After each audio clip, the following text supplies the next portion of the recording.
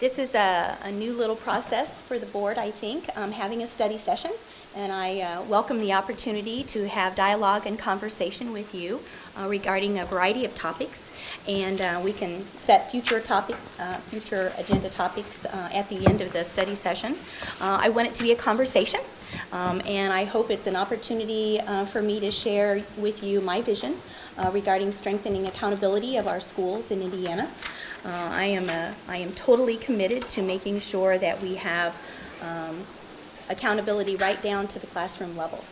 I want students to have that individualized support in the classroom, and so I want to open this up today by letting you know that I'm going to kind of do this study session in little segments. And I think I gave you the topics earlier. I want to strengthen accountability through statewide accountability system, so we're going to talk about that first, followed by assessments and instruction, and the school improvement process. And so I thought I'd begin today by each little segment of our study session by just posing a couple of questions, a question or two. We put just a piece of paper at your area and a pencil in case you want to jot down your reflections as we're thinking through the question. And then I'd like us to share what we think, and then I'd like to also share what my vision might include regarding the question. So I'd like to start out with the question, what are you hearing about accountability in your schools? You each represent different areas in the state, and you have your own unique perspective that you bring to the table regarding accountability. So I posed the question, what are you hearing about accountability in our schools, and how would you even strengthen that accountability? What types of things would you like to see? So I'll just give everybody a few minutes to reflect on that in any way you wish, and then we'll start sharing. I will add while the board members are reflecting that the study session is a public meeting. However, public comment will not be taken during the study session.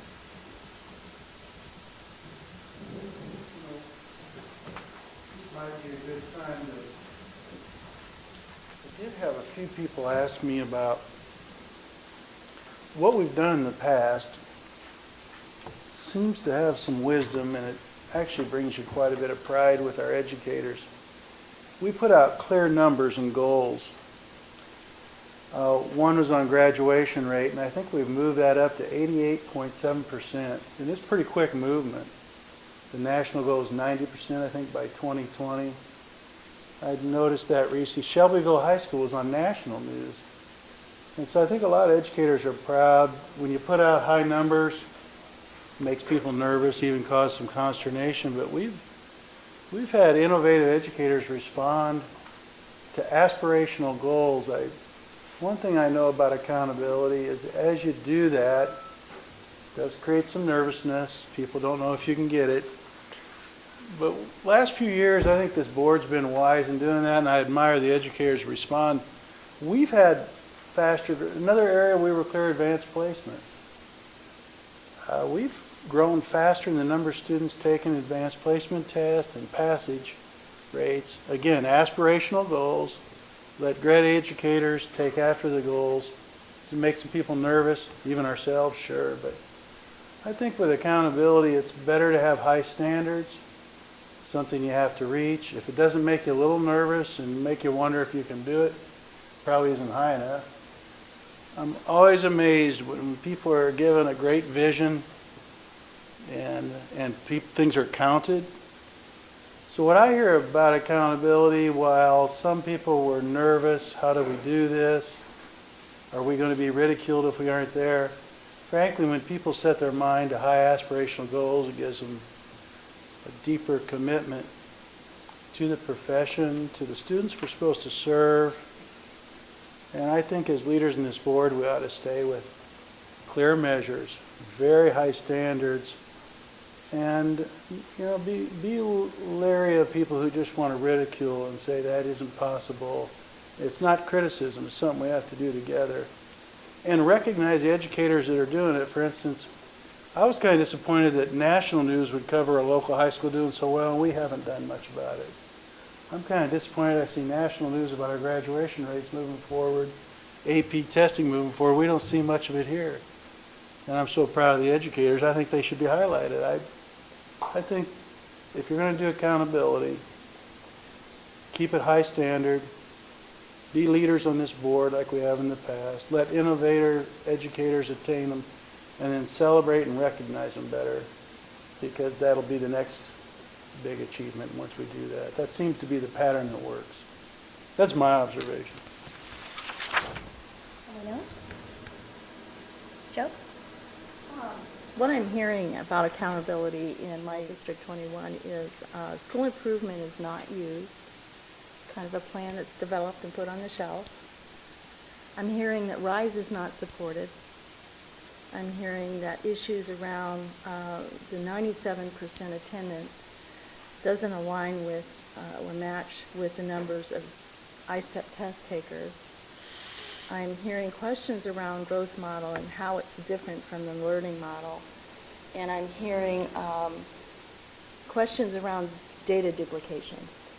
And how I believe we could strengthen some of that is support RISE. It's a model that was not mandated. It was chosen by those corporations. Build on Learning Connection and explain the longitudinal data system that has been developed through federal dollars. And be more collaborative in communications as a body. Are we supporting that? I thought we committed to that. We did. How are we supporting it? I did do a presentation with the superintendents, and it's online, and Online. it's Your on the DOE. presentation. It's on the DOE website, the WebEx that I did. I will say that I did tell superintendents that I'm not supporting RISE over other models. There are about 30 models we have posted now on the website that have been locally developed, and I encouraged school districts to go through their discussion process if they, for their evaluation system, as they have the right in law to develop it within the parameters of law and rule. And those So who on had... a personal level, you don't think RISE is a good methodology? I'm not supporting it over any other method. It's still the model that the state has listed, and so I don't support it over other models that are out there going on right now. How are we supporting it? Yeah, what I'm hearing in is the they youth- call the department and basically are told, we can't help you with that. I'm just telling you what I'm hearing. I'm not saying that's true. We committed to RISE as a board. Yes. didn't we? We committed, again, I think, here's what I think we did. Here's what I think we did. I think we committed to RISE as a model. Right. And we so- were going to And you know support what, and I would say this, I think, and a little bit, I think RISE is a solid model. RISE looks very much like Charlotte Danielson. RISE looks very much like some of those things. And we were using the Charlotte Danielson model beforehand, and RISE is, I'm not going to say RISE is a copy of Charlotte Danielson, because that's not true, but there are a lot of similarities there. But there are a lot of similarities between that. There are a lot of similarities between the instructional process. There are a lot of similarities between the Madeline Hunter model. Those are all, there are streams that go through all those, and we know that. Good teaching does this.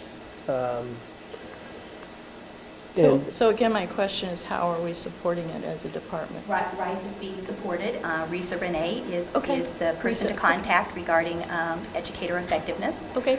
And so to move our conversation forward on accountability, I've heard several pieces listed already, having aspirational goals, high standards, clear measures, celebrate achievement. The school improvement model needs to be perhaps improved so that it's action-oriented. Teacher evaluation is a critical part of accountability, and data duplication, streamlining perhaps the data pieces that we use for accountability might be something that the Department of Education considers. Other comments? Yeah, I Oh, think we yeah, spent yeah. a lot of time and effort and thought putting together the accountability model that exists now.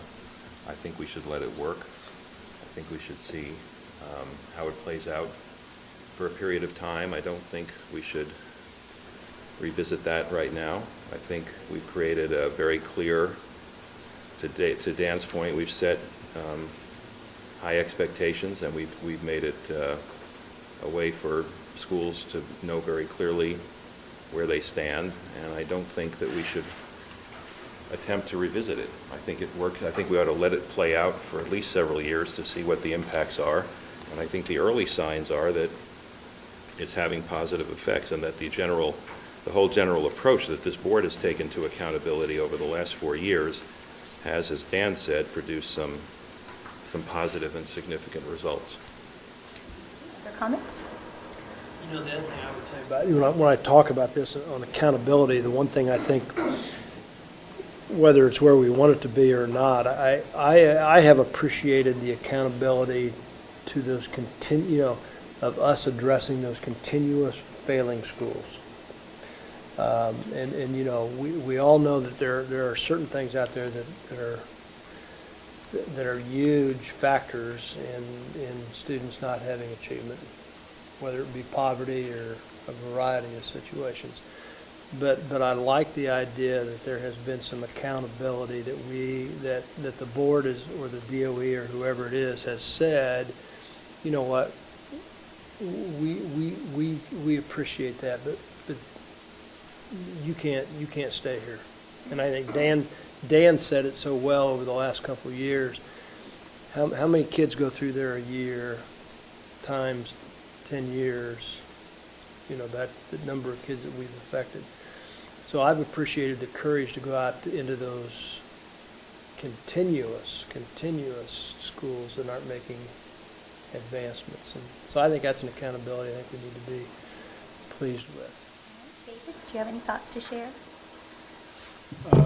The Wall Street Journal reported yesterday morning that the average high school dropout makes about $12,000 a year. The average college graduate makes multiples of that.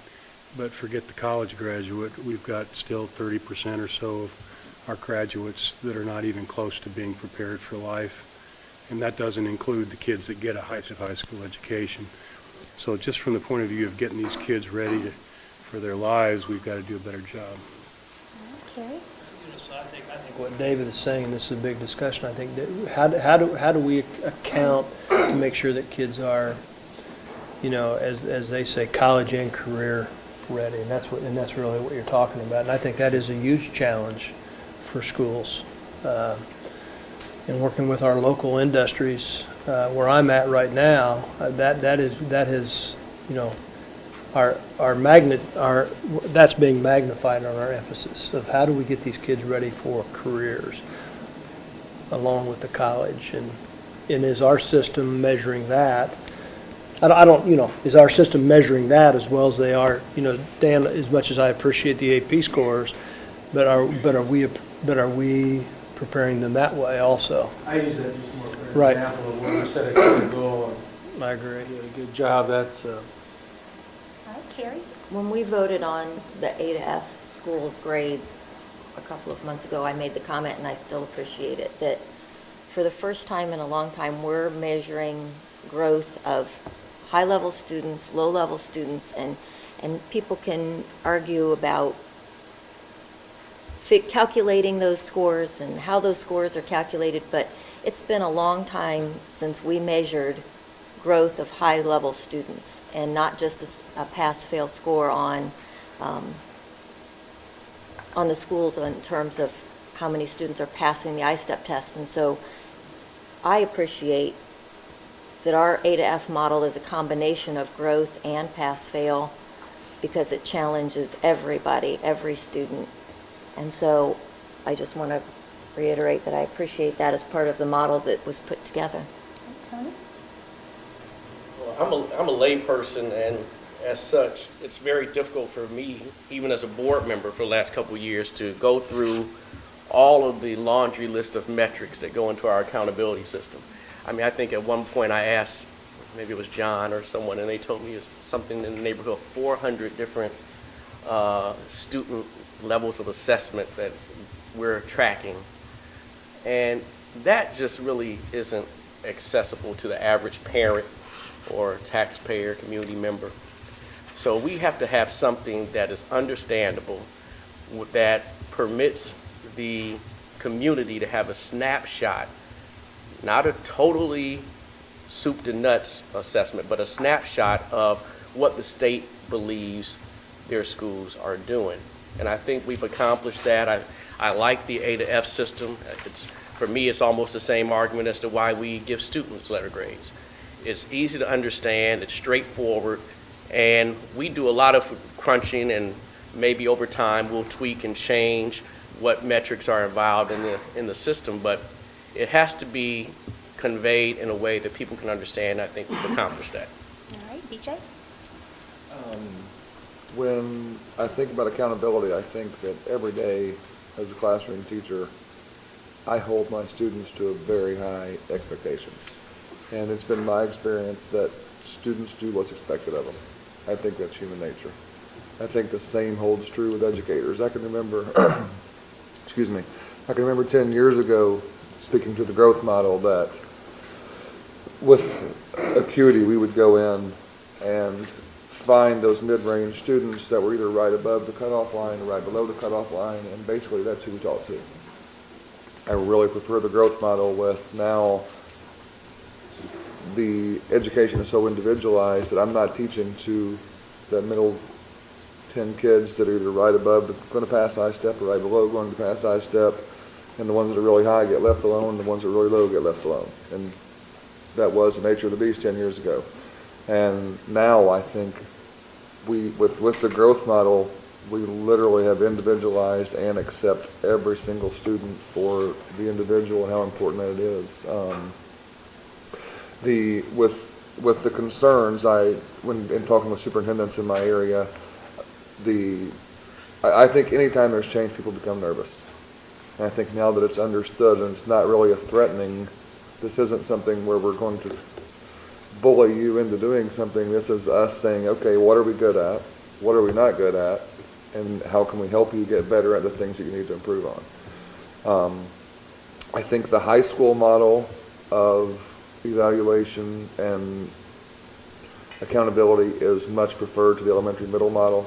I couldn't speak to specifics for every single district, but I think the high school model is much, in talking with my superintendent personally, Dr. David Smith says, the high school model is great. I wish the elementary middle model would resemble that model more. In terms of having multiple measures. Yes. I've heard the same thing. All right, Jim? I guess not being a professional educator and having spent most of my life managing companies and processes and all of that, I would weigh in wholeheartedly with Dan's comments, just to set the standards high, and then that gives you a wonderful framework to help lead your people to attain those standards. You'll have the negative reaction of, oh, we can't do that, we're only doing this now. Well, they can do that too. And I have, a track record of a number of years of success that I can point to show you that that does in fact work, and it works with people. My biggest concern with our education system today is the scrap heap that we just keep piling bodies on top of, where with our dropouts continuing at the rate we continue to drop out. I remember about 6 years ago when we did that landmark study at the State Chamber, I think we had 931,000 out of our 6 million and some change population that were at the two lowest levels of literacy. And even today, with all the improvements that we've made, I'm just going to give you my assessment of where we are, and mine only. Mine is backed up with a whole lot of practical experience. We made a huge improvement in getting people through. We have a much more effective GED training system in our Work One centers now, where those who test out at sixth grade level or higher, they're automatically popped right into the program and accelerated through until they walk out the door with their GED. But as a person who's led companies for a lot of years, that in today's world, that basically will get you an interview in most cases. It in no way qualifies you for what that company really, really needs. Like we worked with Cheryl King from Kentucky when she made the huge strides that they made with their scrap heap, so to speak. Forgive me for using that term, but as a practical matter, that's what it really is. And we just have to stop that in Indiana. But anyway, she did the same thing, had some phenomenal numbers going through and getting GEDs, and then their companies who had screamed so long and loud for that, it wasn't really what they needed, they found. They needed something else, and where we are right now is approaching going toward that something else, where we do some certifications that give them technical know-how if they have the background to do that. And where we're losing it today is the number of people that drop out that can't test out at that sixth grade level. They can't even get to the level where they can get their GED. They just go on about their business. In the adult education world, we level funded adult ed for 10 consecutive years while this was happening. So we just desperately need to fix that and give these people a hope in life, because those people can learn. I've watched it happen in our programs for adult education in Southwest Indiana.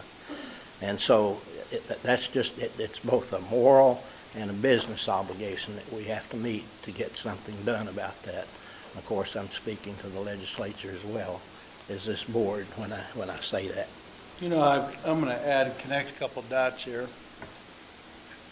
The moral and economic imperative, so socially, culturally, economically, personally, we have to have high standards. And as much as I support, and this board has supported innovation, so if we have a particular system we think works well, we've been inclined to give innovators the ability to innovate. On the other hand, if there's one very clear thing we hear out there is the human capacity of our educational system to hit the high standards we all hope for.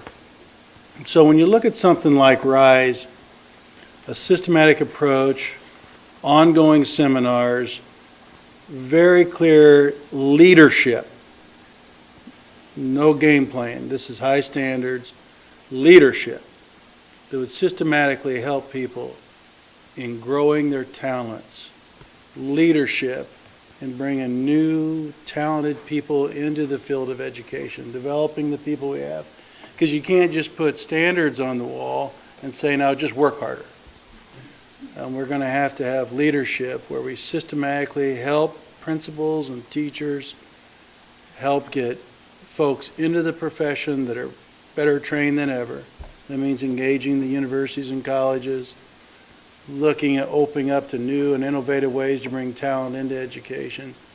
So it's going to take leadership if we want to hit these high standards. You can't just throw them out there. So when I hear about accountability, people are very, very interested in how we're going to develop the human capacity to pull it off and help people be not only accountable but develop them. Sure, they have to be accountable, they're professionals, but help teachers develop these skills and talents. BJ, I was struck with the approach, you go in with a lesson plan and hopefully the middle gets it and the other side are on their own. The ability for educators now with technology and other methodology to individualize and know how to use data, and this takes a lot of training and a systematic approach, not just, it's easy to be against stuff, but are you going to give leadership to develop systematic to build up our human capacity, be open to new ideas? That'll be our requirement as a board, to be visionary in that regard. It's refreshing to hear all the different perspectives regarding accountability and all the many factors that go into play, from the leadership to the actual assessment pieces that we might be using, to the goals that we set, the standards that we use. I've passed out to you just a very brief conceptual framework of my notion of accountability system. This board did embark upon a process for accountability that I totally approve of, and that's making sure that we have two pieces of data. Schools need to have information regarding the achievement level of their students. They also need to have information regarding the growth of their students. Two very important pieces when we get ready to actually do school improvement process and really know what it is that's working in your school. So what I have before you today that I would like to talk conceptually about with you is reporting that growth data in a little different way. The current way that we're reporting growth data is students in our schools compared with peers around the state of Indiana. And so when we receive that information regarding the students' growth, it really is an estimate on where students should be growing in comparison with their peers around the state of Indiana. And so I want to throw out to you that we actually have data. There's several ways we can calculate individual student growth with the data we collect already on iStep. So one way, and I'm getting ready to have a comprehensive meeting with the testing company, CTV McGraw-Hill, but the test that we give, iStep, grades 3 through 8, and I am talking about grades 3 through 8, that elementary middle school piece that I want to talk to. It's actually one big long test. It's one big huge test that the state of Indiana chooses to give in grade level segments. So that growth, there is calculation of growth. Actually, if a student takes it from year to year, that we actually can get information regarding the actual growth of a student from a spring to a spring test. Another way to calculate individual student growth is to do what I call the gap method. So we have a cutoff score that this board approves each time we have cutoff scores for our test.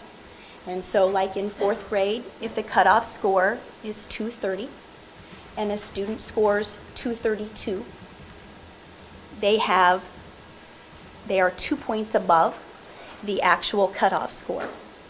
So if you take the gap measures from year to year and do your subtraction, you actually can calculate whether you have same growth for the student, positive growth for the student, or negative growth for the student. The point that Carrie made is very well taken regarding the growth of all of our students, including those of high ability. So taking into account that we actually have a test that has a finite number that you can achieve. So if you had a student who had a perfect score the first year and a perfect score the next year, hypothetically, they would show same growth. Same growth is acceptable in that kind of model and should be counted in the positive range, making sure that we do not penalize any school that has high-performing students from making sure that they reach that. Conceptually, I'd like to move away from just the growth portion of our model and just calculate growth very succinctly for every individual student at every individual school, making the school improvement process more accountable. Because now, quite frankly, I cannot tell any school what their grade represents. It's a combination of growth and achievement together, but the calculations are so complex for the growth portion of it, I cannot tell them what it really represents. It lacks transparency. School districts are wondering how it is that they're supposed to improve and get to the next letter grade. What does that represent? And so I'd like to just throw out there for consideration, and that's why I gave it to you in writing, so that you can take it with you and reflect on it later. We have several things we want to talk about here in the study session, and my purpose, in today's study session is to make sure that we understand each other's vision and input regarding school accountability. So if we actually do that, if you look at the second page of the paper that I gave you, we can report out, the state of Indiana can report out now, and I do want to add that the growth model, and I'm not sure that you're aware of it, you might be aware, that the growth model that we had developed that compares our students with their peers around the state cost $440,000. And it's so complex that I can't explain to anyone how the growth was calculated. And so we can give growth, individual growth, to the schools in Indiana at zero cost because we have ways of calculating it using the data that we already own. We would also report out, not only would we report out the percentage of students that show same or positive growth, but we also can report out, as we always have, the percentage of students that meet the cutoff. And that's important. It's important to have both. And if you look at the chart that I have on the second page, we have the ESEA Flexibility Waiver Grant. And in that grant, the U.S. Department of Education requires us to place Title I schools into 3 categories: reward schools, focus schools, and priority schools, of which we're already doing, and reporting out 2 pieces of information separately to schools, both growth and achievement. We then could look at those 2 different pieces separately as they should be looked at and determine whether they are a focus school, a priority school, or a reward school. And of course, we'd have to have a lot more deep conversation about it, but it's a model that's already required by the U.S. Department of Education that we put schools in those categories. So let me give you an example. Let's say that we reported out to a school that they had 50% achievement making the benchmark, but 82% of their kids showed improvement.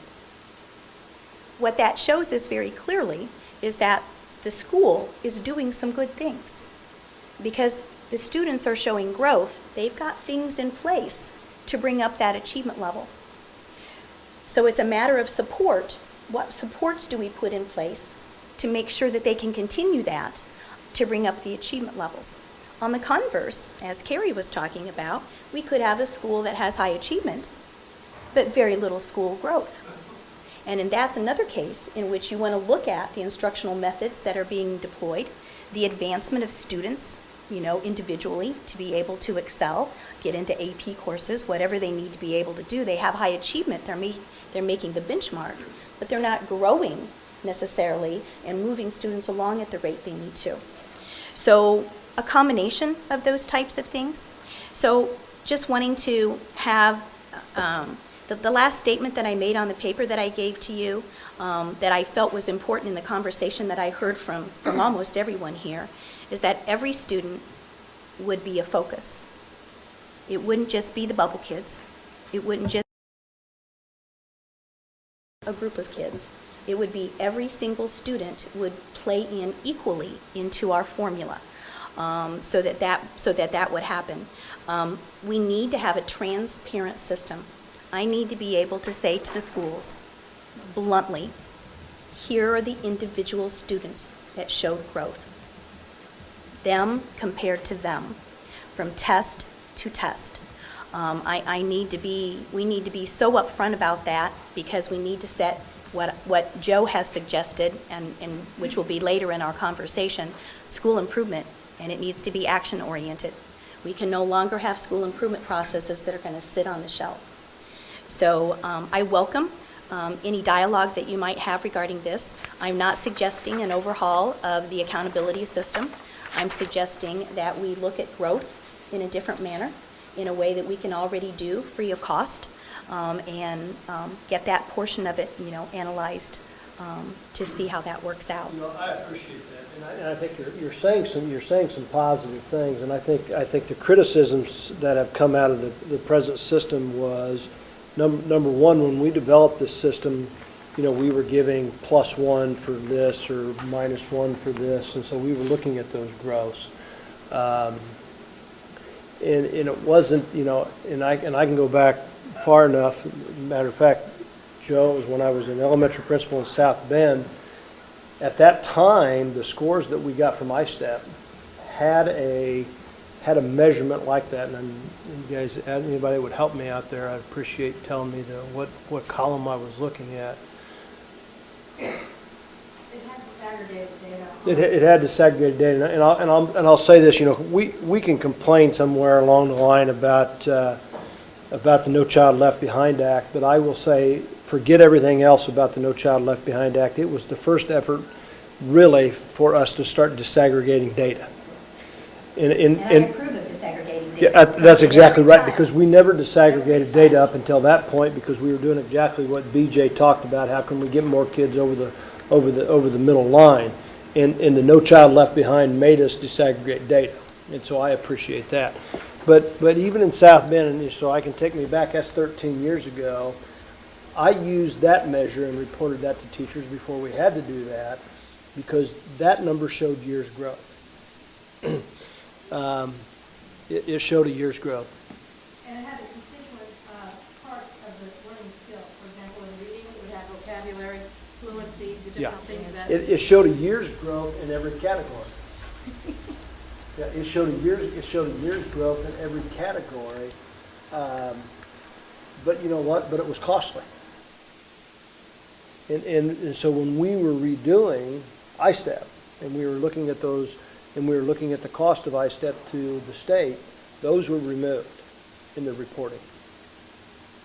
Of course, it's never wrong to consider ways to improve an existing system, and it's never wrong to be open to ideas to make things better.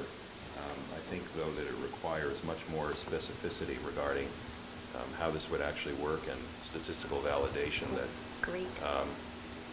I do have problems with the idea that this is so, that the system we created is untransparent or inexplicable. I think that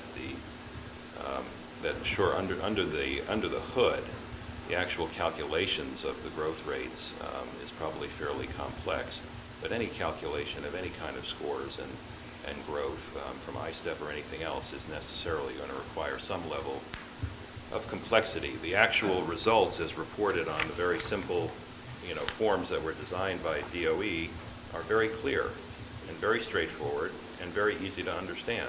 So I don't accept the idea that this is untransparent, and I don't accept the idea that it's inexplicable. And I also just want to continue to put my stake in the sand that I will not support anything that moves us away from letter grade, from A to F. We had long debates, we had long discussions, we had lots of self-examination and interaction among each other about whether it made sense or not, and we agreed ultimately that it did. And I'm not changing that position. Linda, are you recommending we go away from letter grades and tell people that they're in a reward school or a focus school or a priority school? Well, we're already doing that. No. We're already putting... No, that's my question. I understand that with the... Are you recommending we get rid of letter grades and tell people that they're in one of these types of schools? Well, you can see that I To the haven't... public? You can see that I haven't even addressed letter grades in what I presented to you. I'm presenting to you today a conceptual framework. I didn't suggest you did, but I'm just Okay. putting... And I just wanted to make that clear, so we had that up.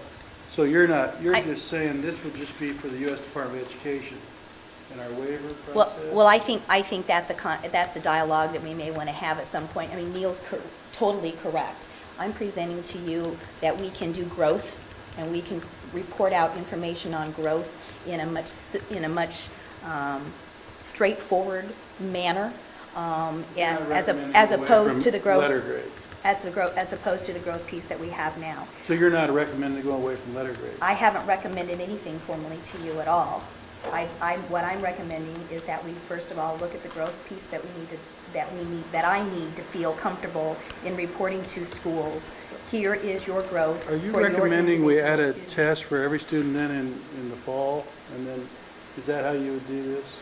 So we would add a test? No, I'm not talking about, I'm talking about the actual calculation of growth. from one school year to the next school year Just the spring test, with our I-STEP with test. what we have now. Yes, yes. The other I thing thought I that- was hearing something. So like I said, I stipulated, I didn't suggest at all, and I don't suggest that you were proposing otherwise. I was just making clear my own position that A to F, I think, is a very important part of the way we offer accountability. The other thing that I would say that I think is very important, and I appreciate your recognizing, although again, the details remain to be worked out or to be articulated by you, the current model uses growth as a bonus. It kind of adds to or takes away from the basic score, but the fundamental grade initially is based on achievement. And I think it's very important that we continue to focus on achievement and the bottom, the actual achievement of a minimum of passing I-STEP. Growth is important. Growth is how you get to achieving the levels you need to pass the test. But the ultimate measure has got to be whether you can pass the test. You can grow for 16 years, and if you still can't pass the test, I'm not rewarding you for that growth. You've got to pass the test, especially because, as Dan has said many times, as I've said, as Dave said, as Mike has said, I-STEP is a floor, not a ceiling. If you can't pass I-STEP, then we're back into the scrap heap that Jim has talked about so eloquently, and Tony's talked about as well at different times. You got to be able to pass I-STEP, and we've got to hold schools accountable for increasing the number of kids at a minimum who can pass that test. And then yes, if they're showing growth, if they're tough, I recognize that schools have tough populations and it's a challenge, and if they're on the right track, we ought to encourage them and support them. But the fundamental line has got to be performance, and I think that's Dan's point about setting aspirational goals and holding people to those goals, because otherwise we are leaving further generations of kids we're condemning them to lives of real difficulty and despair. So Dan started our segue into our next section.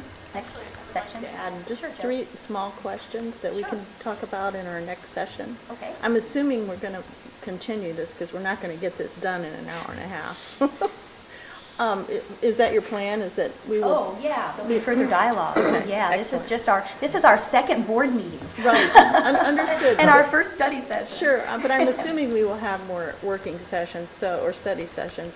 But based on your conceptual ideas, my questions would be, without building growth, how do the schools know how and what to improve? And you don't need to answer this now. These are just 3 questions. The $440,000 cost, it was my understanding that those were federal dollars that we put towards the Learning Center and the Longitudinal Data Center. So I just want to be sure we don't look like we're squabbling money, just throwing money away. And then my last question is, does this, your proposal put us into the subcat situation like No Child Left Behind was? And how does that affect our waiver? Actually, we'll get to those Okay, at the end of excellent. the session. Thank you. We actually will get to those. If So, I could- go ahead. Sorry. I'm going to try to put a real-life example of this and make sure that I'm Sure. understanding where we're going. In my classroom, we have acuity A, B, and C, which to me is the most valuable thing that I use. No question tells me what do I need to do better, what my kids can do, can't do. It evaluates everything. And our students in our entire building actually graph their growth. They have folders for math, language arts, their scores here, their scores here, their scores here. There may be some students that are never going to reach that cutoff, but that growth keeps them motivated, keeps them engaged. That, I think, is a huge part. Now, we have a reward system in place for those students that show growth. And last week, I have a student that had a 693 and a 691, which are 29 out of 30. It's phenomenal. But that student went from 693 to 691 and didn't, it's very small words, I could do on that part of the principal, it's not too big. But You can get Snickers. he didn't get a Snickers bar, thank you. And this is the brightest kid in our building. Smartest kid in your Worked class harder than doesn't get a anyone I have, Snickers. And he didn't get his reward, and that was frustrating to me. So I do appreciate that part, of without a doubt, there has to be, this student has gone from here to here. And whether that's at the bottom of the scale or the top of the scale, I think that's very, very important.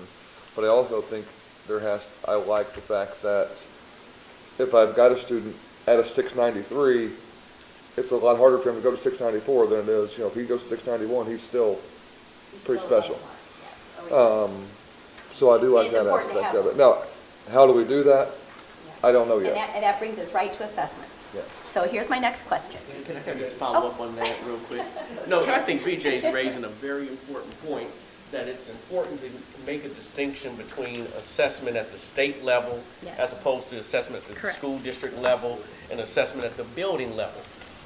We're from a top-up, looking down approach. Now, all that stuff that a lot of people would like to see in a state system really should be going on at the district level and at this building level. I think we shouldn't get that far into the weeds. And just one other thing on accountability before we sort of switch gears. 6 years is entirely too long for us to let a school we know is failing continue to operate. It is unfair to the kids, which in many cases are locked into those zip codes, for us to sit by for 6 years and essentially say, okay, well, we hope you're able to turn it around. That should be reduced to 4 years. Thank you. Hey, David. A month.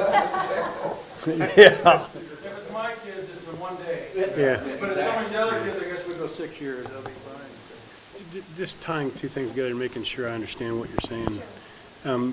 What BJ brought up, you're advocating that as a parent, I would get, as my kid's teacher, Mike would get, as Mike's principal, Joe would get, as Joe's superintendent, Carrie would get, and as the mayor of the city, you would get, individualized evidence of both growth and achievement.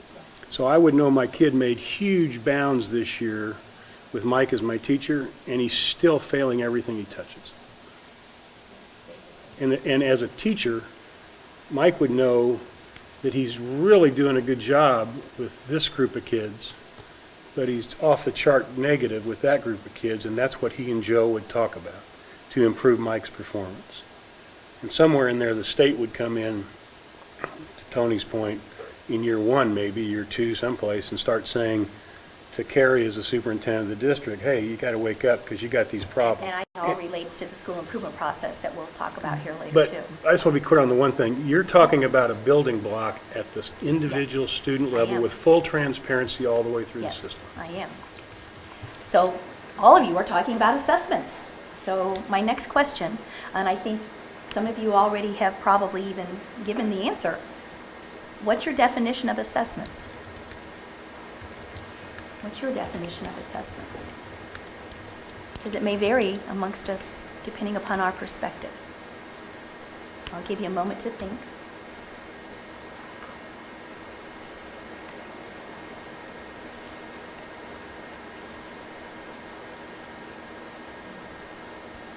Carrie, you want to go first?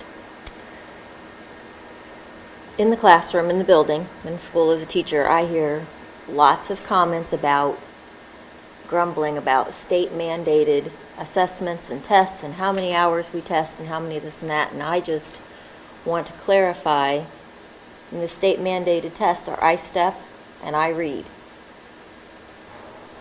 Yeah, at the elementary level.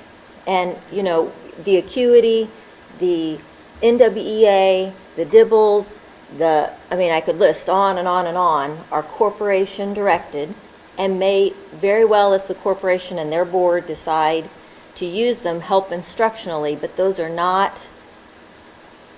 DOE mandated. And so I just, we hear a lot of times about the state's forcing us to spend all of this time testing. The state's forcing us to do if we didn't spend so much time testing, I could spend more time teaching. That's not being dictated at this level. That's being dictated at a corporation level or at a building level if the principal's deciding to use certain things. And so, I just want to clarify that because I'm sure BJ hears it too. And So so your definition of assessment would be tests, tests. actual tests. In terms of teacher lingo is an assessment as a test. And if I've got to spend time, I've got 128 students in 6th grade that I'm responsible for giving DIBELS, and I have to do it one-on-one. That was not a decision made by the DOE.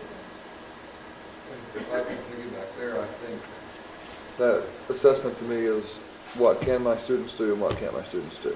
Or what can I do and what can I not do? So you would broaden the definition Yes. beyond tests. And I think that I personally, and I hear the same grumblings that Carrie does, I think, what came first, chicken or the egg? Until I know what my students can't do with some form of assessment, and acuity is my favorite, I think it's the most valuable, then I don't know how you plan as a teacher. Until I know what I need to work on and continually review what the students need to work on, I don't know how you plan first and then assess. I think you need to figure out, okay, what can my students already do, and if they can do that, I don't need to address it. And what can they not do? And the things that they can't do, I think all of those tests, when you can pick whichever model you'd like. Again, acuity is my favorite. I think it's the most valuable. I think it aligns most closely with ISTEP. That tells me what do I need to, as a teacher, where do I need to improve? What did I miss? If one kid doesn't get it, okay, if I've got 23 that don't get it, it's probably not them. It's probably something that I've done incorrectly. And how can I go back and how can I fix that? And all of those assessment models allow me to do that. I need to understand what is it my students get, what is it my students still need to work on. And with acuity, again, every one of those things is linked to a single state standard. And I think that preciseness is what I like. I like to know exactly what it is I need to work on, we need to give additional attention to, and I don't know how you do that without constant assessment. And agreed that it's not us that's doing that. It's the school districts that are doing that, and in my opinion, the school districts should be doing that. I think if they're not, then I think they're getting left behind. They're leaving a lot of valuable data that should be driving everything they're doing on the table if they're not doing it. All right, Joe? I think we can't assess or do assessment until we fully embrace Common Core and fully embed it into the curriculum, and then clearly define the details of the growth model. I think until that's clear, everybody's using ISTEP. And we talked about failing schools. Craig, you're from South Bend. South Bend has had failing ISTEP scores for 13 years. But guess what? All those 49% kids who failed, they socially promote. That's not a good way to measure assessment or growth. And I think the growth model we have in place and Common Core we have in place has to be an intricate part of our assessment, and right now it's not. Coming back a little bit, this whole concept of assessment is this. Number one, I think we have to have an alignment, and that's in BJ, as much as I appreciate what you're talking about, knowing what's on the test and making sure that acuity aligns with the test. Is that good teaching or not good teaching? We can argue that because going back to what Neil said, ISTEP's the ground floor, so should that be our alignment? But I'm also listening to this conversation, and I say this, and I like to think that they have the philosophy that every classroom is a high achieving or gifted and talented classroom, and I teach every classroom as a gifted and talented classroom. Because that's the only way you're going to get those kids down here, up here. Understanding that part of my role is that when I'm seeking these high goals, I understand, and I want David, and we're chasing a national championship in basketball or whatever, and he's on the team, understanding that he doesn't dribble real well. So I'm going to still chase that national championship and also spend extra time teaching David how to dribble and penetrate. That's my sports analogy. I apologize for that, but we get into the alignment, and then I'm going to take assessment to a little different. And it's a little bit what Joe's saying. First of all, I have to understand what the end, and that's what Dan was saying at the very beginning.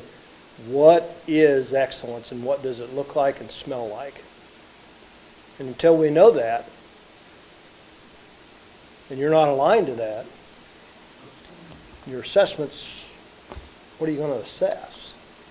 And assessments are bigger than a test to me. They're my informal assessments. It's me watching him during a practice or during a lesson.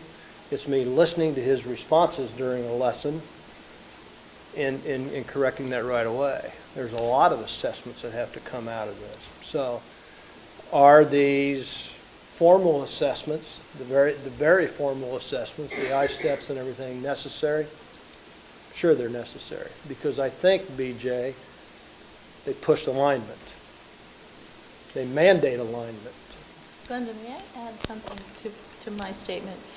You know, the issue, your question was define assessment, and I think this comes along with what you're saying, Mike. We know CTV's contract is close to an end.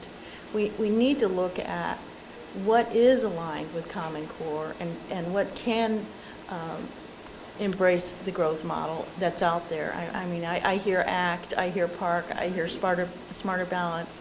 I'm not saying I have a choice, but what aligns with those needs? That's exactly why we're having a conversation, to start that I'm sorry dialogue. for David, No. David? Popped out. You know, and I'm just going to go and I'll start on the whole thing too. Whether you like it or not, there's been a national curriculum for a long time. There's been a national curriculum for 20 years. And if you don't believe that, go take the Iowa test that used to be out there, the Metropolitan test out there, and go look at them, and they were all looked alike. And there used to be a program out there called Design Collaborative that I used to help me align my curriculum for ISTEP. I couldn't use ISTEP questions, but I could get into every state, and I used Michigan's a lot, and I used Illinois'. I could get into every state's, high stakes testing like ISTEP, and I could pull up sample questions from it, and I could print them. And they all looked like ISTEP tests.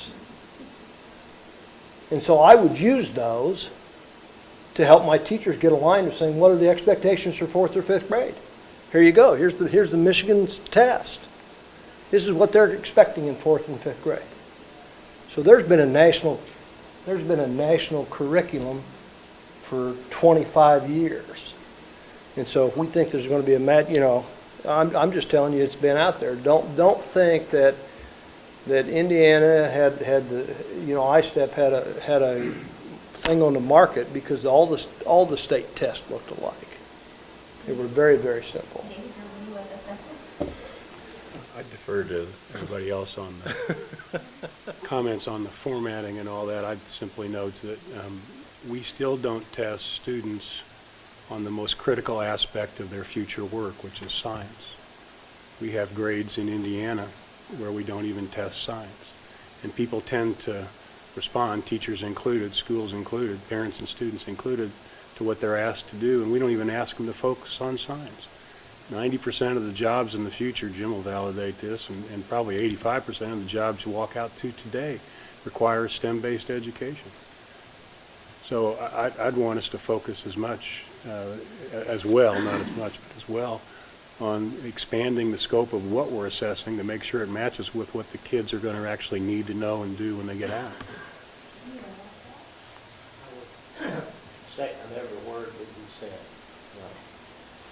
The STEM education prepares you for the world, certainly manufacturing, but also it does for everything else that you do in life.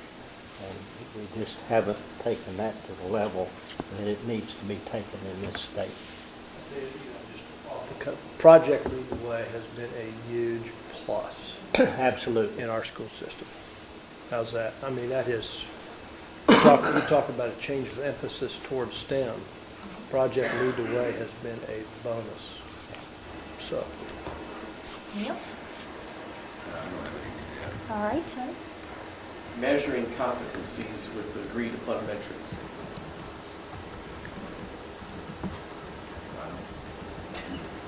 That is succinct. Quit showing off. I gotta get it all written. All right. The conversation is exactly where it needs to be. I'm excited. There you go. I just tried to be very succinct in what I give with you, so you have something to take as well. you'll see that the conceptual piece that I have before you is to transform our assessment system. And Joe is correct. We are going to have to decide what it is that we're going to do with assessment to align with our standards. And we've already determined standards, but we have to be sure that we have an assessment model in Indiana that we think is going to do what we want it to do. And so I have 2 pieces of information here on the page that I gave you. I'm looking for an assessment that's going to do what Joe just pointed out. It's going to give you both growth information and achievement information readily, immediately after the test is given. That's what I'm looking for. I'm looking for assessments that are going to be rigorous, that are going to be college career ready to go with our standards, that are going to do both. So here's what we currently have. So I just want to share, my thoughts on what we currently have. Currently, we have a pass-fail examination in Indiana, and it'll be in place until we do new assessments. And because of those pass-fail assessments, we have put ourselves in a mode of what I call remediation. Students who don't pass, we need to remediate you in order to get you to pass the test. Hence why we're having all the dialogue about assessments at the school level, with districts deciding upon what types of assessments, what kind of assessments do we want to put in so that we can be sure that kids are going to pass the I-STEP test. No matter what kind of assessments we're putting in place in our schools, that's the ultimate goal, is to pass the I-STEP test and be sure we have kids ready to do that. So we're always in a remediation type of mode, and the growth that we even show, that I talked about, that we can calculate from test to test, even that growth is artificial because it doesn't really tell us where kids are. It shows us that the kids passed a test. So if the cutoff test for grade 4 is 75, a student who scores a 75 passes. A student who scores a 74 fails, just as surely as the student who scored a 35. We just know that they passed or they failed. We don't know that in 4th grade, in reading, for example, that I have 8th grade readers in that class, and 5th grade readers in that class, and 2nd grade readers in my 5th grade class. We don't know that from our test. Now, we may know that from other assessments that we're putting in place at our school. You say our test, you're talking state test. I-STEP, yes. I-STEP. I'm always going to be talking the state test. So I have for you some information on what a growth measure looks like. And this is the type of assessment I'd like us to look for. I want us to research. I want us to be involved with the different consortiums that are working on models. I want to take a look at what type of assessments are going to be available to us, and in order to align them with our curriculum, that's going to give us those key pieces of information that we must have as teachers. The first thing, teachers have to know their students. They have to know them. They have to know the reading levels of the students coming into their classrooms. They have to know where the students are performing when they have them in their class. A growth measure can not only give us good diagnostic information, but it also can tell us where a student is really, truly performing. So let me tell you the difference between what the assessments look like. We are all used to, and we grew up with, and we are using now, assessments where everybody takes the same questions. Everyone has the same questions. Everyone's going to answer them. Everyone's going to get a score based on those same questions. A true growth model measure, and there are several out there, and many are using them in small measures, and Acuity, quite frankly, BJ, is one of those, where it's trying to tell you the level of performance that a student is. Acuity is not a pure growth model assessment, so I want to explain the difference. True growth model assessments, the students take an assessment in which there's a bank, a huge, huge, huge bank of questions, and they are arranged on difficulty levels. And so as an individual student, when I take the test, and let's just take reading, for example, if I miss a question, a comprehension question, or a question on the reading, it takes me back into the bank of questions at an easier difficulty level. If I continue to miss, then it keeps backing me up, okay, in difficulty levels. But if I get them right, it advances me forward to more difficult levels on the very same type of assessment piece, to where the end result is it actually can tell what level I am performing.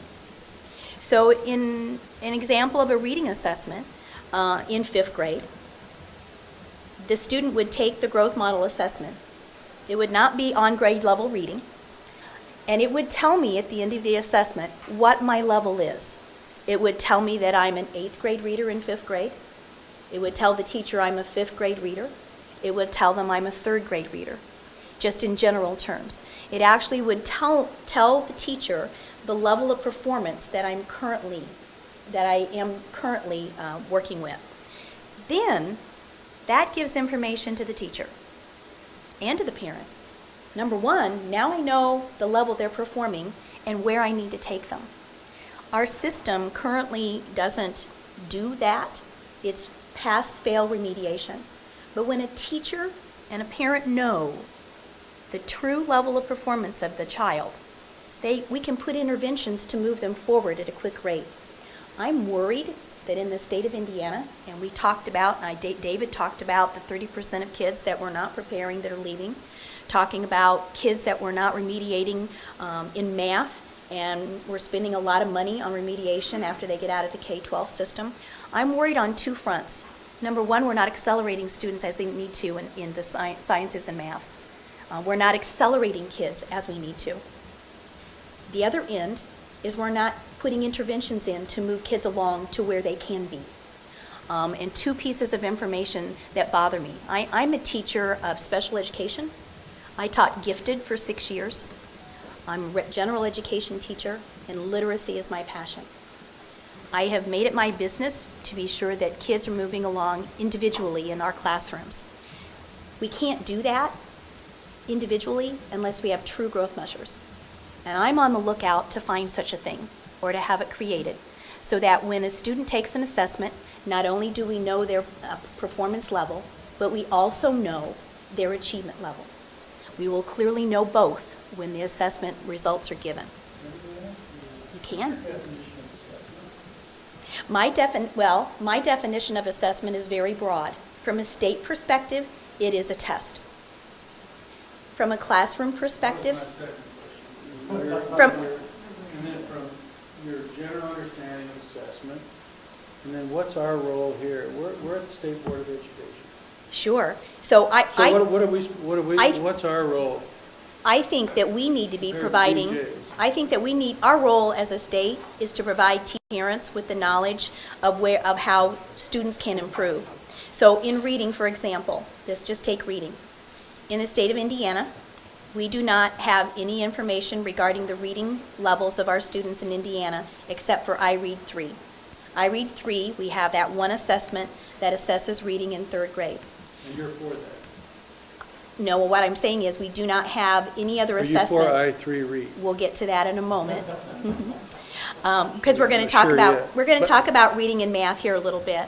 But I want So you have a to, broad definition of assessment? yes, And you think the state role is? is to provide teachers and parents the knowledge that they need to move students along a continuum of their own improvement. What's BJ and his So- principal's role and superintendent's role? So let me, oh, no. So let me be clear.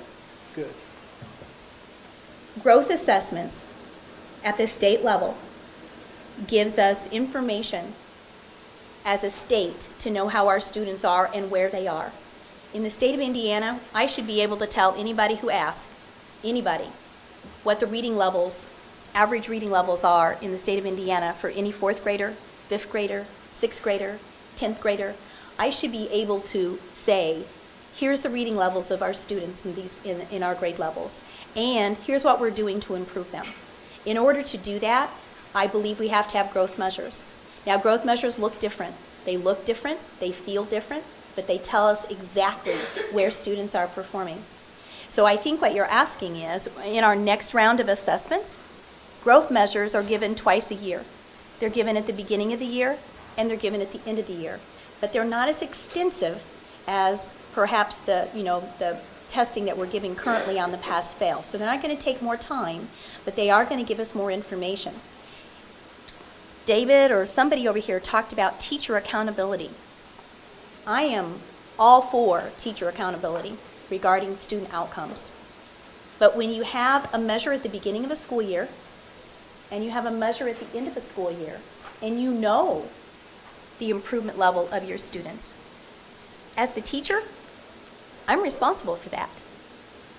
I'm responsible for knowing the growth of a student from the beginning of a school year to the end of a school year. There's a lot of things being left out here. And I'm going to sound confrontational. Sure, and no, I'm you're not. fine. I don't want to be confrontational, though. The ISTEP test has historically provided teachers and parents with a document attached and mailed to them that says, A, your child's not doing well in reading comprehension, or B, your child needs help in this or that. The issue is they have not been used in classrooms and parents don't know how to use them. That's number one. The ISTEP has provided some of that data. Number two is we have a full data, a data system we developed that we could just pull up the data to find out where our kids are as a state.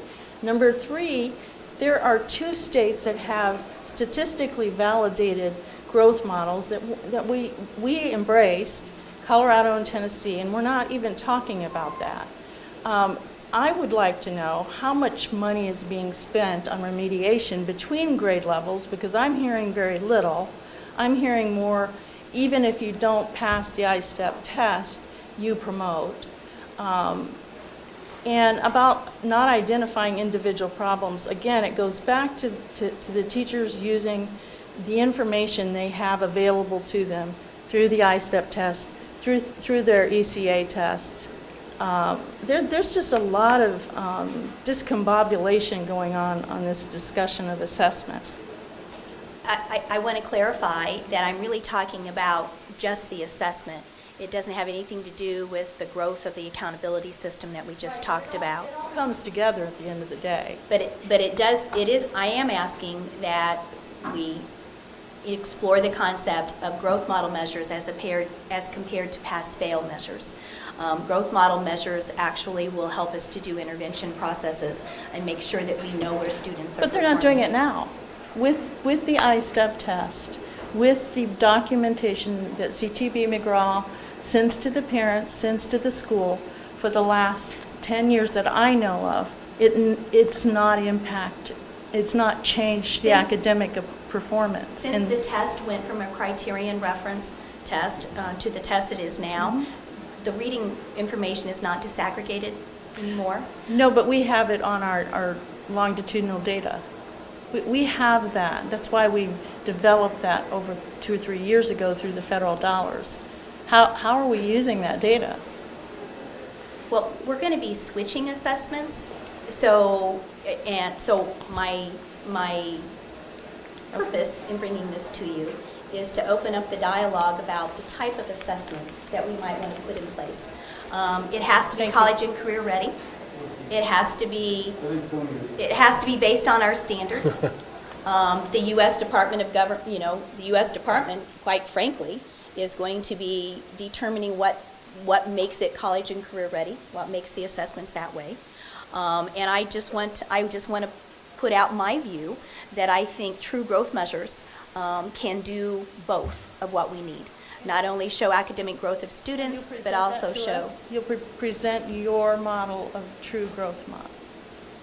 You'll present that to us in detail.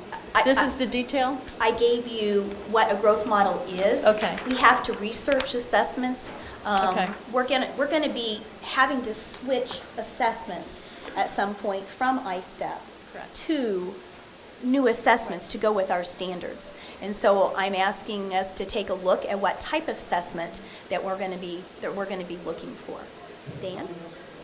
Yeah, I'm challenged by this discussion, and I think part of the problem I'm having is that we have a multi-level education system. So we're talking about assessments, and I'm listening to what you're saying about the growth assessments, and that sounds great. But in my way of thinking, that should be done, at the teacher level, principal level, school district level, And that is a different level of assessment than we are focused on or should be focused at the state level. At the state level, I think it's pretty basic. I mean, did they pass the ISTEP? Yes or no?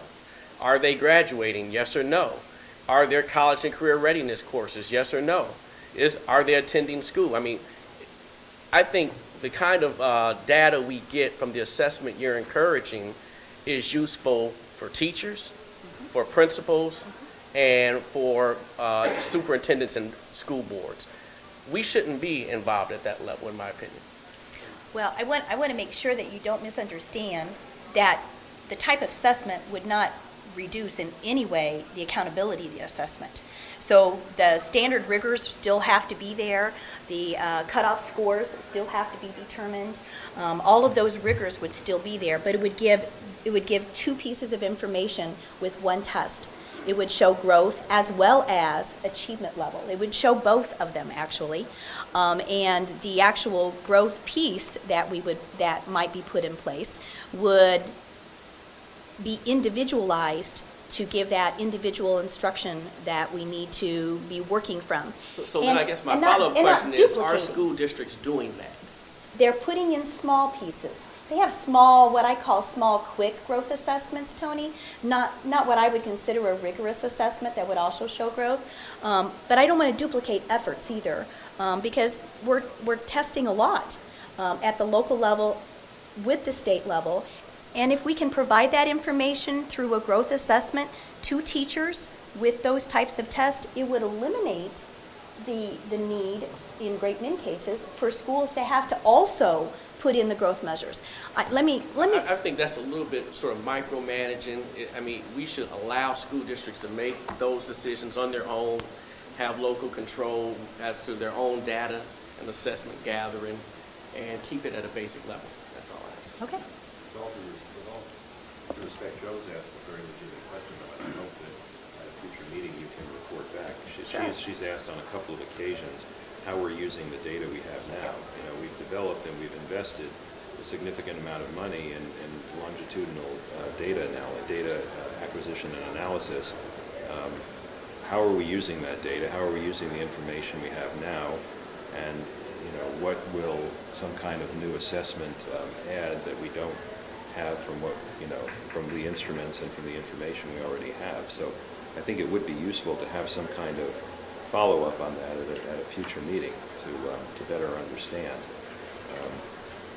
I also think that, I mean, you're asking a very open-ended and general question, and nobody at this point can argue with looking at alternatives. I think, though, that ultimately some kind of state-level assessment, as Tony said, needs to be both simple but also rigorous. And I think, again, I go back to the idea that there's got to be a way of knowing whether the student has learned what they need to know to be ready for college and careers. And it's not just a matter of whether they're growing.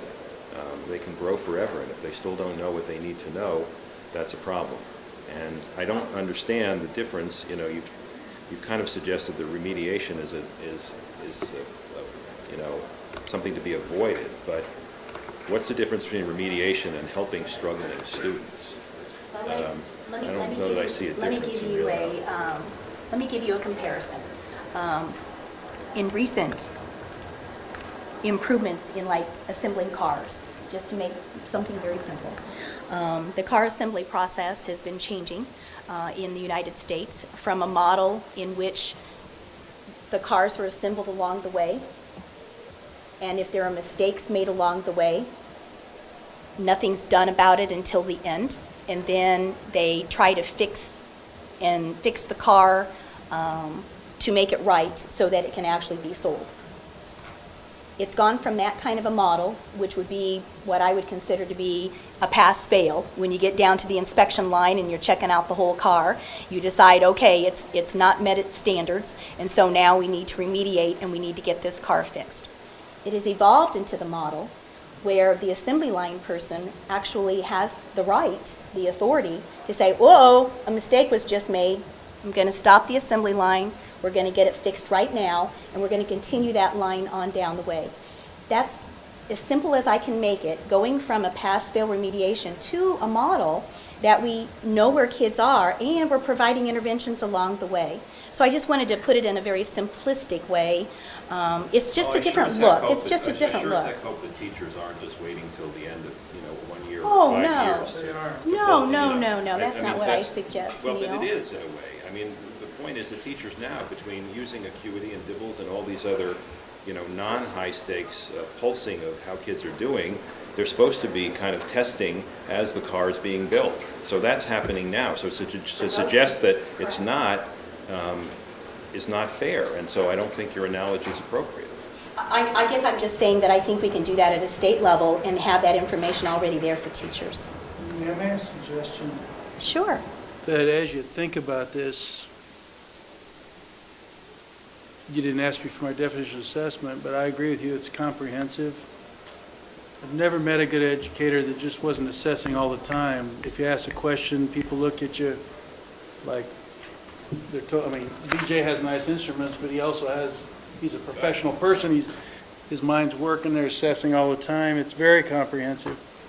I would design and look for new and more modern and helpful instruments for BJ and other great educators, but I'd be humble and strategic at this executive level. School districts, the good ones and good schools, are using a lot of assessments. Some of it's very basic. The look on a face, sad or gleefully, the student sits there. So they're getting a lot of assessments. What do we want to do at a state level? And how can we obviously continuously improve and help educators educate and meet ultimate goals and remind ourselves that the top students don't need to meet basic standards. They're almost education proof. They can do this. How can we get them to world class and other great aspirations? So I would just ask you to think very strategically about what we are to be doing at this level as a good partner and helper to people on the ground, because some of the things you talk about, I think educators do every day, except for where schools are failing, obviously. And I want to look at how do we improve our role and improve our test and be strategic and think at an executive level about it.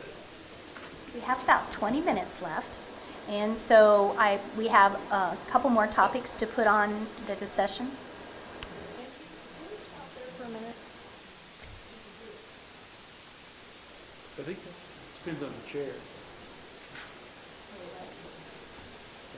She says this portion was scheduled to be over at 10:30, so that we could have it May we stop 10:45. for 1 minute? Sure. I think what Dan just said about being strategic is a place, if we have to stop, is a place to stop and talk about at our next session maybe what our strategic mission is. As a board. As a board. At the state level. And we had some good, clear goals, maybe reestablish them, add some, et cetera, so we know what we're doing as a board. Does that make sense?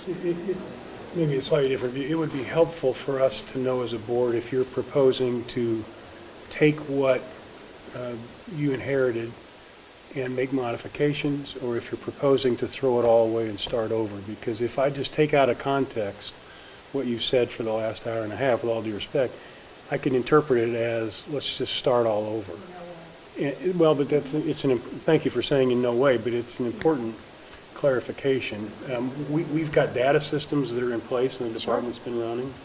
We've got assessments that are in place.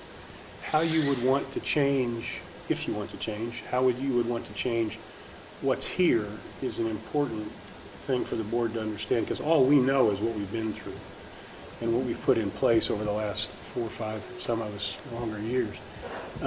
So just as we move forward, the detailed clarification of, are you proposing a change, or are you proposing a study process, or are you proposing a continuation would be And that really wasn't my purpose today. My purpose today really was to have conversation. I didn't come prepared today to say, here's what I want to do. And I actually wouldn't do that, to be honest. I want to hear your dialogue. I want to hear your comments. I want to take them back. I want to talk about them. I want to work with them with my staff. I wrote down all the major components that were said today regarding each of the topics, and those will be taken to heart, to be quite honest. I want to be sure that as we move forward, we have decisions to be made as the department and as the State Board of Education regarding assessments. I mean, it's a very important topic that we're going to have to wrestle with here coming up quite soon. So I wanted to throw out my conceptual view of what that might look like. I know that it's not gelled. I don't intend for it to be gelled. I haven't investigated any assessments. I really did intend to have dialogue and conversation today regarding that. We are not going to have time because we had such good conversation, we're not going to have time to get into the other pieces that I really wanted to talk about, but I am going to give you the pages that I prepared so that we can be more ready to have dialogue a little bit later, and that's regarding reading and math instruction. If you haven't seen my theme throughout today's discussion, it's about individualizing. It's about making sure that kids are going to be good readers, that kids are going to be able to accelerate as quickly as we can get them. I am very concerned about STEM and mathematics, the delivery system in the state of Indiana, and we're going to have some rich conversation about that with constituency groups. I'm very concerned about school improvement. I want our school improvement process to be I want schools to be so accountable that we want to go beyond what we're looking at with test scores. We need to look at our school culture. We need to develop a school improvement process that is actually going to do that and make sure that we've got that ground support right at the grassroots level. And then I do want to make a couple of comments because I did say that I would regarding the Elementary and Education Flexibility Waiver Act, and I will pass this out to you right now. And Joe, I know you had many questions regarding the waiver, and so this is just a brief overview that basically says that we do have a waiver with the Department of Education. 1 year of it is already passed. It's only a 2-year waiver. The waivers were intended to be a way to look at different measures to not have to meet AYP. And I know as a board that you know that means the disaggregation of information at the very school level and how those restrictions were put. It's a living document. The first thing I want to share with you that it is a fully living document. The central components that have to be there, they have to be there, are college and career ready standards, of which this board has already adopted, and assessments to go with it. And the assessments are things that we're going to be looking at. We're going to be talking about what those are going to be. State developed differentiation for recognition, accountability, support systems. They have to include annual measure objectives. We had some initial conversation today about accountability and what that could look like. Recognition is the talking about recognizing reward schools, as I shared with you that we have to place schools into 3 categories. Also, supports for effective instruction and leadership. Those are the main components of the waiver. They have to be there. However, I have had many conversations with the U.S. Department of Education, as they are having with everybody in all the states. In fact, personnel from the U.S. Department just to Indiana to be able to work with the waiver aspects. When I visited with Joe in South Bend, she asked me if I was going to be changing items in the waiver, and then as a consequence, maybe force the board to change items in rule. My answer was, never crossed my mind, and I would never do such a thing. So items in the waiver simply reflect what's already in place. They can be amended at any time. And I certainly will be sharing information regarding the waiver with this board. It's under the authority of the Department of Education to implement that and enact that. But I certainly will be sharing information regarding that. The Department of Education has established a task force, so to speak, at the department to be sure that we are doing what we said we were going to be doing in the waiver, make any suggestions. and to also be sure we're communicating with the Department of Education. May I ask who's You on may, the Dan. task force? Oh, the task force consists of staff members at the Department of Education. I'll get that list for you. I don't think I could remember everybody's name right here off the start, but I certainly can get that information for you. Anybody from the board or governor's office? I don't believe so, because the Department of Education is working with that waiver. I'm confused. The authority is of the Department of Education. Each element within the waiver required board input and approval. I mean, we really kind of went it at a backward way. Each piece, A to F, we went through and processed and did we did the rulemaking. Each piece on Common Core, on RISE, on the school improvement officer or organization. So, yeah, well, each piece of the waiver, and I've read it 3 times now, requires our participation on many approval. But not all the pieces in there actually are required in the waiver. So things. Understood. Not everything in there is required in the waiver in order to have the waiver. Will you notify us if you delete anything? Because we embrace that. Oh, I'll be sharing information with Thank you. I can't change things. It can't be amended. Right. On key components just for the very fact that you said, Yeah. because it's in rule or Right. it's in law Right. or it's, oh yeah, Yeah. things can't be amended. And that's what I promised you. I Right, said, right. oh no, that wouldn't cross my mind. Well, but, just saying that it's the authority of the Department of Education kind of leaves us out. And I just wanted to clarify that we're not being left out. Oh no, I plan on sharing Thank you. with you, Thank you. how that waiver progresses. Well, thank you so much Yeah, for a you're very, aware very that the- rigorous. You're aware that the pieces that make the waiver possible, we approve. The board, Yeah, you're aware of that. yeah. I am. I mean, we were working on these things, and then the opportunity came to apply for. That's what put us in the And position. they're to listed in grab there, that. sure, Right. Go ahead, Dave. sure. Did you intend, you mentioned reading, and then we sort of took you off of it. Did you intend to hand anything out on reading? Yes, I have them. Yes, I have them. I'm going to go ahead and call the study session to an end so that there is a little break. And we will be back in 10 minutes to have the official business meeting. No, and